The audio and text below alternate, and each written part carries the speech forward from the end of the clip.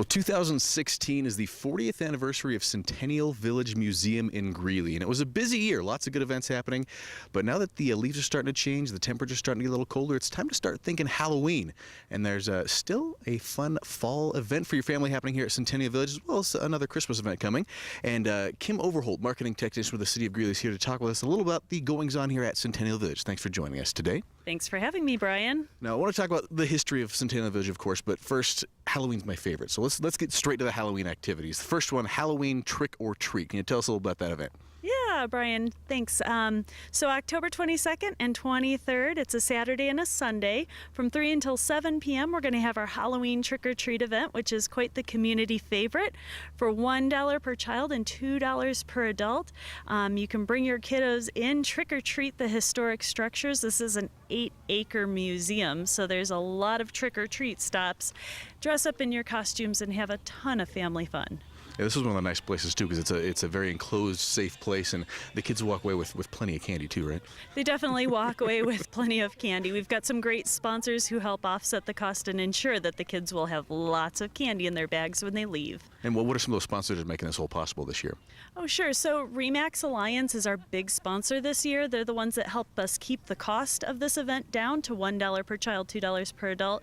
So obviously we're very grateful to RE/MAX Alliance here in Greeley. Secondly, we have the Friends of the Greeley Museums, and they're also another major sponsor of this event. We also have TCBY, Chick-fil-A. Ames Community College is going to be out with their Ames Community Radio again this year, so they'll be providing live music and microphone services for us in the middle of the museum, and the Tribune. Perfect. And this is one of the nice things, too, because it's happening on the 22nd and 23rd. So those kids, I know, want to wear their costumes more than once. You're in the Centennial Village, and they got an excuse to come do some Halloween activities. And also, this house right behind us, it looks kind of creepy even in the daylight, I got to admit. It's got the little spires on top. But what is about the not-so-haunted house they have going on during the trick-or-treat? Sure. So with it being an 8-acre site, and we've got thousands of people that will come here, we get the kids moving through the different stops for the treats pretty quickly. There's very little lines for those. The not-so-scary haunted house tends to get a little bit of a line, but we keep that going. And the reason we tend to get a line is because we'll stop the family at the door and we'll say, do we need to mellow out the haunted house for the smaller children, or do you want it super scary? And what we'll find happen with a lot of our families is they'll say, we don't want it scary at all. So we'll turn on the lights, the kids will go through, the kids will get back in line, and they'll go, okay, can you make it just a little bit more scary? And they'll go through the line again. So we don't give them extra treats at the end. We go, oh, we kind of already got you, but they can go back and forth. So in general, we tend to have a line for the haunted house. And then if and when we have hay rides, which we don't know yet this year if we will have the hay rides, but if and when we do, that also tends to get a little bit of a line.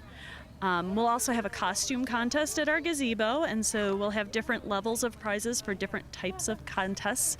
And then we have a game area where we've got students from UNC who will come out and they'll volunteer for us for the day, and they'll host our game area for the kids, and they get a prize when they play those games. Fantastic. Well, sounds like a great event, the Halloween Trick or Treat in the not-so-haunted house here at Centennial Village Museum.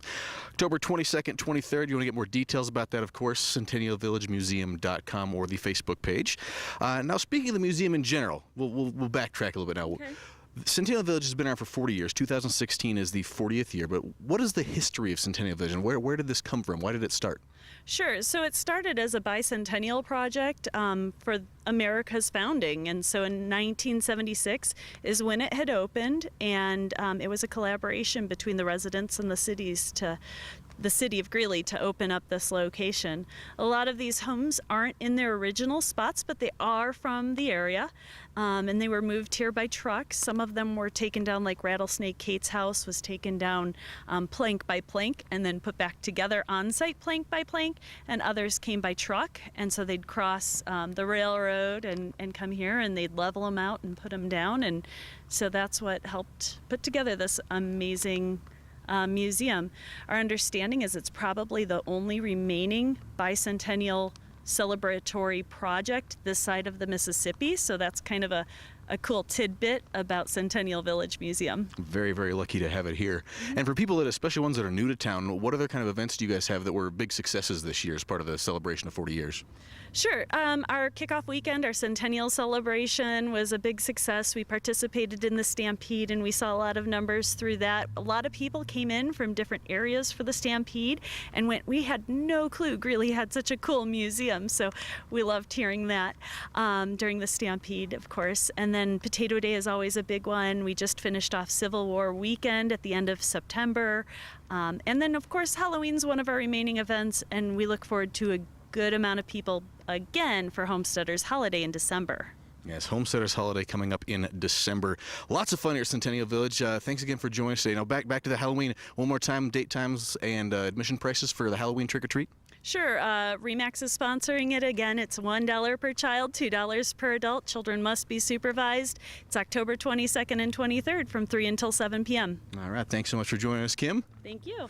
Halloween trick or treat here at Centennial Village and the not so haunted house, or maybe really haunted house. And you get more details about it, go to centennialvillagemuseum.com.